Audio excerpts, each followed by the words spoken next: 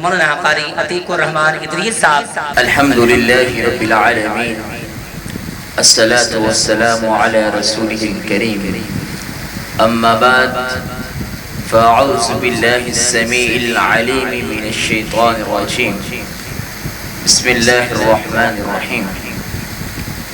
قال النبی صلی اللہ علیہ وآلہ وسلم خیرکم من تعلم القرآن وعلم۔ صدق اللہ العظیم۔ لکھنا نہیں آتا تو میری جان پڑھا کر، لکھنا نہیں آتا تو میری جان پڑھا کر، ہو جائے گی تیری مشکل آسان پڑھا کر، لا ریب تیری روح کو تسکین ملے گی، تو کرب کے لمحات میں قرآن پڑھا کر، آ جائے گا تجھے جینے کا کرینہ اقبال، تو سرور کونین کے فرمان پڑھا کر۔ محترم عزیز ساتھیوں، چند منٹ آپ کے ساتھ قرآن کی باتیں کرنا چاہتا ہوں۔ پیغمبر کائنات نے فرمایا خیرکم من تعلم القرآن وعلم، تم میں سے سب سے بہترین لوگ وہ ہیں جو قرآن سیکھتے ہیں اور آگے سکھاتے ہیں۔ اور میں کہتا ہوں بڑے ہی خوش قسمت ہیں وہ لوگ، وہ ماں باپ جنہوں نے اپنی اولاد کو قرآن کے لیے وقف کر دیا۔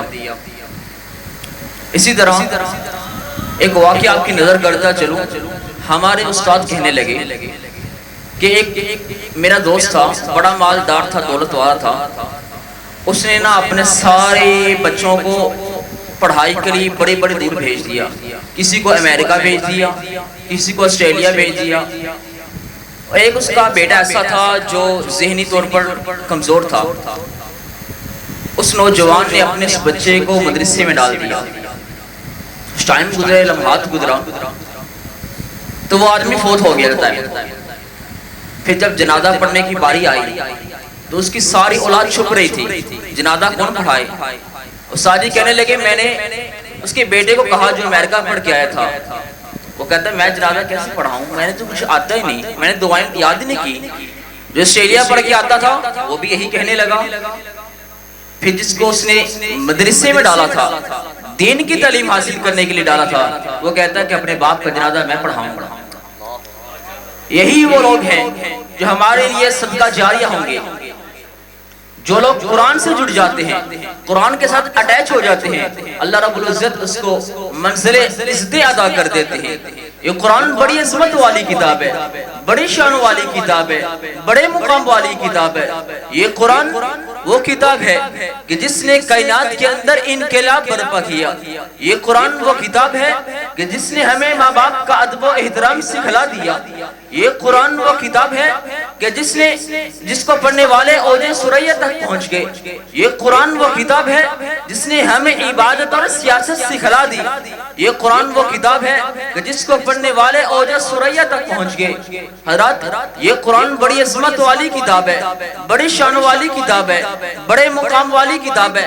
پہلا پارہ کھولیے، پہلے پارے کی پہلی سورت کی پہلی آیت، اللہ رب العزت چیلنج کر رہے ہیں، الف لام میم ذالک الکتاب لا ریب فیہ۔ اے میرے بندے، تو قرآن کھولنے لگے، تو قرآن پڑھنے لگے، تو قرآن سیکھنے لگے، تو قرآن سمجھنے لگے، سب سے پہلے یہ بات جان لے، اس کتاب کے اندر کوئی شک نہیں، اس کی زبر کے اندر کوئی شک نہیں، اس کی زیر کے اندر کوئی شک نہیں، اس کی پیش کے اندر کوئی شک نہیں۔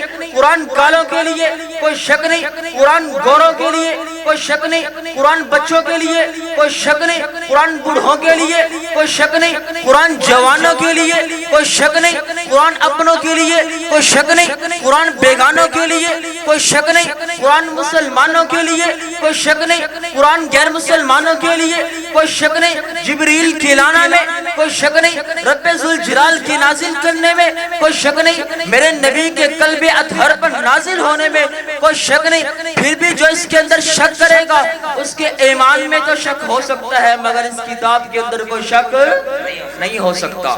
یہ بڑی عظمت والی کتاب ہے، بڑے مقام والی کتاب ہے۔ قرآن اپنا تعارف خود کرواتا ہے. میں نے قرآن سے سوال کیا اے قرآن تیرا نام کیا ہے؟ قرآن کہتا ہے یاسین والقرآن الحکیم، مجھے قرآن حکیم کہتے ہیں. اے قرآن تیرا کام کیا ہے؟ قرآن کہتا ہے ھدی للمتقین، میں متقین کے لیے ہدایت کا سرچشمہ بن کر کے آیا ہوں. اے قرآن تیرا مقام کیا ہے؟ قرآن کہتا ہے فی لوح محفوظ، مجھے لوح محفوظ پر نقش کر دیا گیا. اے قرآن تیرا احترام کیا ہے؟ قرآن کہتا ہے وَإِذَا قُرِئَ الْقُرْآنُ فَاسْتَمِعُوا لَهُ، جب مجھے پڑھا جائے تو خاموشی سے سنا جائے. اے قرآن تیرا اکرام کیا ہے؟ قرآن کہتا ہے لا يَمَسُّهُ إِلَّا الْمُطَهَّرُونَ، مجھے پاکیزگی حاصل کیے بغیر چھوا نہ جائے. اے قرآن تو کس مہینے میں آیا؟ قرآن کہتا ہے شہر رمضان الذی انزل فیہ القرآن، میں مہینوں کا سردار مہینہ ماہ رمضان میں آیا. اے قرآن تو کس رات میں آیا؟ قرآن کہتا ہے انا انزلناہ فی لیلۃ القدر، میں لیلۃ القدر میں آیا. اے قرآن تجھے لے کر کے کون آیا؟ قرآن کہتا ہے نزل بہ الروح الامین، مجھے فرشتوں کا سردار جبریل امین لے کر کے آیا ہے. اے قرآن تجھے نازل کس نے کیا ہے؟ قرآن کہتا ہے تنزیل من رب العالمین، مجھے کائنات کے رب نے نازل کیا ہے. اے قرآن تجھے کس نبی کے قلب اطہر پر آیا ہے؟ قرآن کہتا ہے نزل علی محمد، میں نبیوں کا سردار، میں نبیوں کے امام، حسینوں میں احسن، جمیلوں میں اجمل، آمینہ کے لال کے قلب اطہر پر آیا ہوں. یہی بس نہیں، اے قرآن کی محفل کے لوگ، یہ مجلس کے لوگ یہ پوچھنا چاہتے ہیں اگر ہم تجھے پڑھتے ہیں، اگر ہم تجھے سیکھتے ہیں، تجھے سمجھتے ہیں، تجھ پر عمل کرتے ہیں، ہمیں ملے گا کیا؟ ہمارا فائدہ کیا ہوگا؟ قرآن کہتے ہیں اگر مجھے دیکھ کر پڑھو گے میں ناظرہ کھا کے ہلوا دوں گا، میرا ایک حرف پڑھو گے میں 10 نیکیاں دلوا دوں گا، مجھے اٹک اٹک کر پڑھو گے میں ڈبل نیکیاں دلوا دوں گا، مجھے یاد کر لو گے میں حافظ قرآن کے القاب دلوا دوں گا، میرا علم حاصل کر لو گے میں مفسر قرآن کے تمغے دلوا دوں گا، مجھ پر عمل کر کے زندگی گزار کے آ جاؤ گے، کل قیامت کے روز رب کی ہاں سفارش کر کے تمہیں جنت کا داخلہ عطا کروا دوں گا. سبحان اللہ سبحان اللہ، کیا بات ہے. آج ہم سب کی منزل ایک، نعرہ تکبیر، عظمت قرآن، شان مصطفیٰ، رفعت مصطفیٰ، حضرت مولانا قاری عتیق الرحمان ادریس صاحب. آج ہم سب کی منزل ایک، ہم سب کا مشن ایک، ہم سب کی تمنا ایک، ہم سب کی آرزو ایک، ہم سب کی خواہش ایک کہ ہمیں کل قیامت کے روز جہنم سے آزادی کا پروانہ مل جائے، کل قیامت کے روز ہم سب کو جنت کا داخلہ مل جائے. اگر چاہتے ہیں کل قیامت کے روز جنت کا داخلہ مل جائے تو اپنی زندگی کو قرآن کے مطابق گزارنا ہوگی.